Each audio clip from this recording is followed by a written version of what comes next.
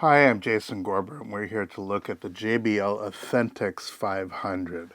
This is a big, beefy, powerful Bluetooth Wi-Fi enabled speaker that really allows you to set this as a sort of foundational sound source for a kitchen, a living room, or anywhere where you actually just want music to actually play. It comes from JBL, which is a very storied company. Goes back to 1920s, 1930s, almost a century. And they have a number of products in their line. A lot of people have owned in the past their portable battery-powered Bluetooth speakers. They make headphones. But in the 1970s, they made some incredibly well received and beloved speakers, the L100 series, which had a very particular aesthetic, a sort of, early 1970s into the 1980s, of very sort of, wood and foam aesthetic. And a lot of their design choices over the last short while have actually gone into that nostalgic direction. And this certainly, as something that is the most high tech, using Wi-Fi, Ethernet, that sort of thing, device, but certainly evoking that sort of vintage look. On the front, you have this sort of, it's not actually foam. It looks a little bit like foam, but it's a sort of a little bit harder sort of plastic with cloth on top of it that evokes the elements that would be in front of one of the vintage speakers. And the sides are this sort of, it's kind of hard to describe. It's sort of like pleatherette vinyl, the kind of thing that would be on the side of, let's say, a speaker cabinet, like a electric guitar cabinet, and all comes together in this sort of straight ahead, usable, functional, aesthetically pleasing way. On the top are a series of dials, very easy to use. You can see they light up. They have these LEDs on here. This is bass, treble, and then there's a play, a pause button, and volume. As I adjust the volume, the lights actually shift a little bit. The buttons themselves are a little bit plasticky. They're not, I would love if they would have gone a little bit extra, especially on something like this, which sort of fits in the sort of above general consumer, reaching into the sort of premium era. I think that this would have been better with some actual metal dials, would have added maybe slightly to the cost, but I think would have given a little bit more sort of impact to it.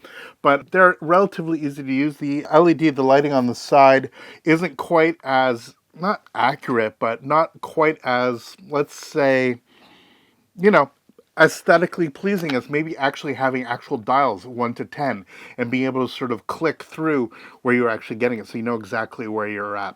That for me would have been preferable, but that's if you're actually using the dials. We'll get into how the actual app works to actually be able to tweak this stuff much further. I'm going to try to do this without making too much drama here, but you can actually take this guy off without damaging it. It's obviously meant to come off. And you can see this sort of plasticky reinforced, and you can see what we have here, the number of drivers.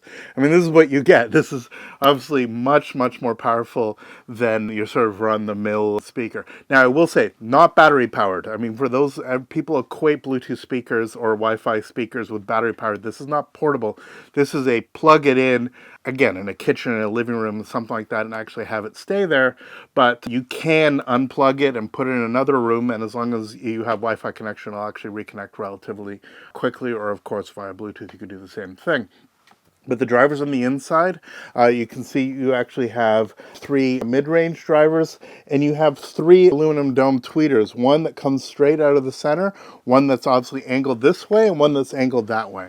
And what it does is a couple things, especially if you're right in front of it. The stereo separation is pretty good, considering, I mean, this is the distance you've got. If you actually had speakers that were much further away, normally with that, you would get a much bigger stereo image. But because these drivers are being shot so far off to the side, it does give a little bit more wide and more dispersed sound. And on the bottom, let's see if I can do this without too much drama. On the bottom, you actually have a subwoofer, essentially, a downward firing driver, 6.5 inch driver. I believe these are 2.5 inches. The mid-range, again, in an array. By being an array, it actually creates what sounds like a much bigger thing. And on the back, again, there's so much here, I'm going to actually unplug it for a second just to make it around. On the back, you have It's ported, which means that if you actually have it, you know, not in the middle of a room, but relatively close, let's say a couple feet from a back wall, you're actually going to get quite a bit more bass impact out of this thing. And you can see that it actually comes with a bunch of ports. Before we go much further, let's look at those ports. So obviously we have power input. We have USB-C, which apparently, according to the instruction manual on the American version, actually allows you to actually play files off a USB-C drive. I was unable to make that work on my setup. That may simply be user error, but it's not really a way I'm going to hook it up anyway, but just something to be aware of. But what it is nice for is if you actually have your phone near it, you can actually USB-C to your phone and actually have it charge it. So it's a nice thing to have. This tiny little thing here, this is actually a mini jack port, 3.5 millimeter mini jack, which does allow you to very easily plug in almost anything. You have RCA to mini jack adapter. You can plug into a turntable.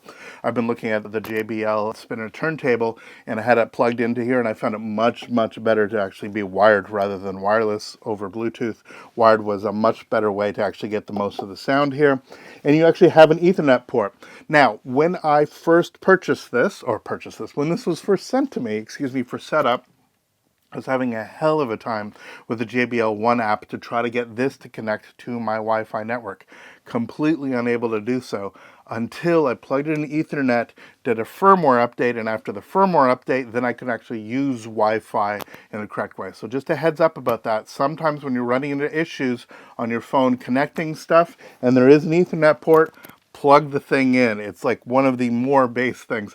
And again, if you have this and it's sitting somewhere permanently, I'm always a big fan of actually having things wired, because two things. One, a wired connection is incredibly stable, obviously. And what's really nice about everything you have wired means other things can be wireless. You're not having all these collisions with other wireless devices. So I am a big fan that this includes Ethernet. I would have liked to have included actual proper RCA rather than a mini jack, but the fact that there's a mini jack anyway, I'm super happy with. So the sound of the thing is good. It is good to very good. It's certainly, I mean, we use words like this all the time when we actually talk about this stuff sculpted. It is emphasizing certain frequencies. This is not exactly what you would call reference, in the sense that it's not giving you what you would expect from a studio set of studio monitors where you are actually doing mixing or anything like that. But that's not what this is for. This is for sort of a set it and have it fill the room with sound. And funny enough, when you're in front of it, sort of doing, let's say, critical listening, in the sense that you're trying to hear how it actually sounds, it's less pleasing.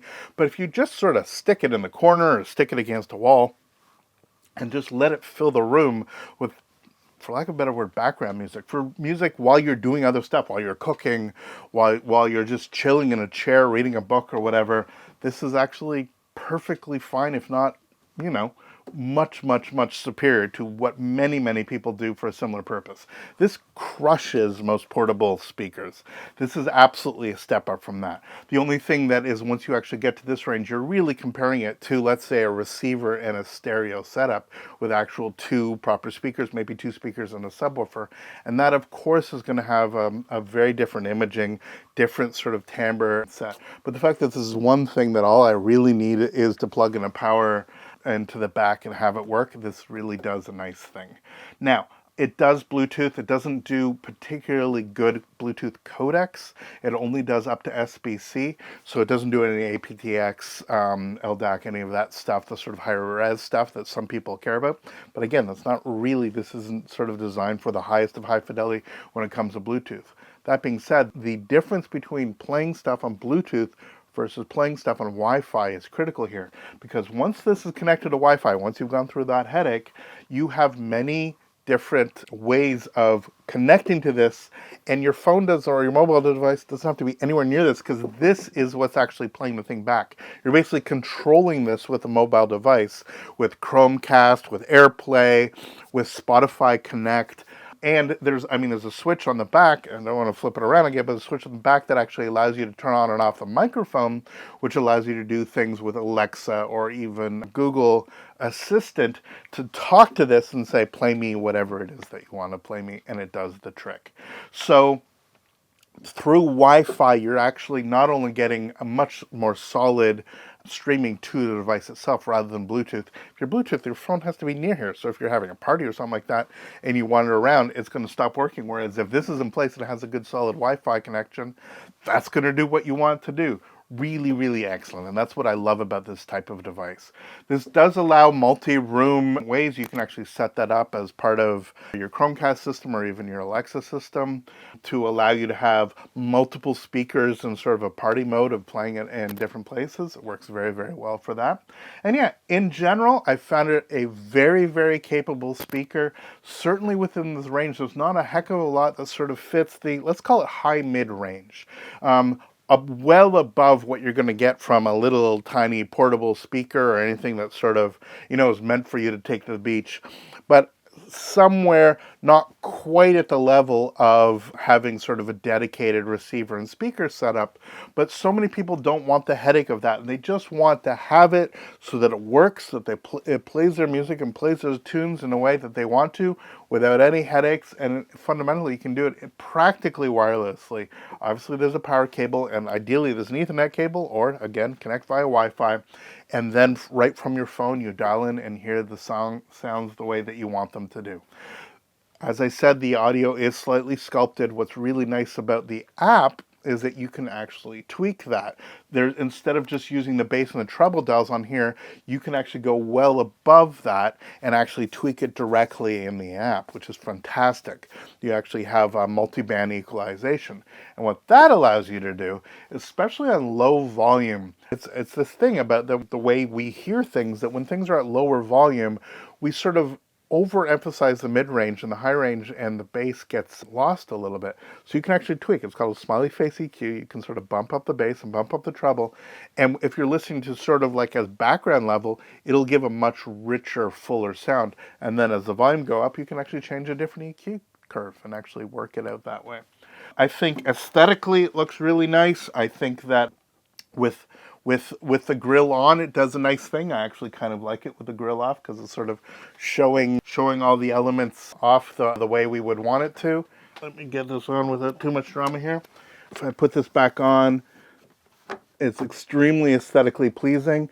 It is not so heavy, but it's robustly constructed. Let's move it here so you can actually see ye old JBL badging.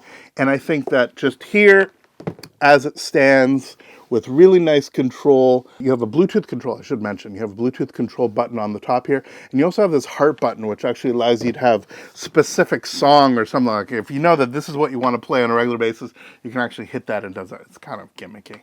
Finally, speaking of gimmicky, this does support Atmos audio. It does support from Tidal over Chromecast, at least on Android. You can broadcast to this Atmos tracks. Now, for those that are unaware, Atmos is that sort of full surround sound stuff that you get. Now, this is only coming from one source, so it's nowhere near the same as having a full proper Atmos setup with multi-speakers. It is nice that you can actually play that back, and one of the cool things about some of the Atmos mixes, especially on places like Tidal, is they're actually themselves mastered a little bit better than the stereo mix. So you can sort of go back and forth. I don't think that any of these sort of pseudo surround things work from this. I'm not a big fan of even them on sound bars, but certainly from this is just a nice little gimmick that you have that you can switch back and forth between tracks. I played very bass heavy things like this, Christopher Nolan soundtracks by Hans Zimmer. Because of the downward firing driver, I didn't get much rattle out of the cabinet itself, but if it's on a wood table, you'll get a little bit of shake as the whole thing's kind of going up and down a little bit. It's like the driver itself is causing the actual wood to rattle, but put it on a much more robust, like I had it on a countertop, a stone countertop, absolutely fine. The porting on the back, as I said, as long as it's near a wall for it to bounce off, it did a much better job. And I didn't get much in the way of muddiness. Clarity was pretty good. The highs are pretty good. The drivers are acceptable. But I really found the further away I got from the speaker, the more that I got it actually filling the room, the better for me it really was. So yeah, that's our extended look here at the Authentics 500 by JBL. I think it is a higher end product, but definitely one worth checking out if you're looking for sure for a step up from those. You know, I know so many people that just use a portable speaker and that's the only thing that they have in their home. If this is only a stepping stone for you to get sort of a dedicated stereo setup or even a multi-channel setup, or to have this in a room where it doesn't make sense to have speakers all over the place, or simply this is what you're looking for, that step up, something that's going to last you a very long time and allow you the convenience of streaming from your mobile device without having to have all this sort of nonsense and chargeability and all of that stuff, I really think that this is a model for you to actually check out. Thank you so much for watching. There's plenty more on this channel. We'd love to hear any of your comments. If you had a chance to listen to this, I'd love to hear about it. We will see you next video. All the best. Thank you so much for watching.